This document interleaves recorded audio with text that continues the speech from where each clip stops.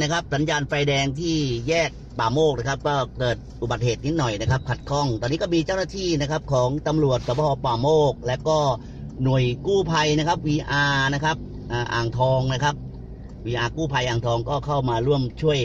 นะครับอำนวยความสะดวกนะครับเพราะว่าช่วงไฟกระพริบนะครับเป็นสัญญาณให้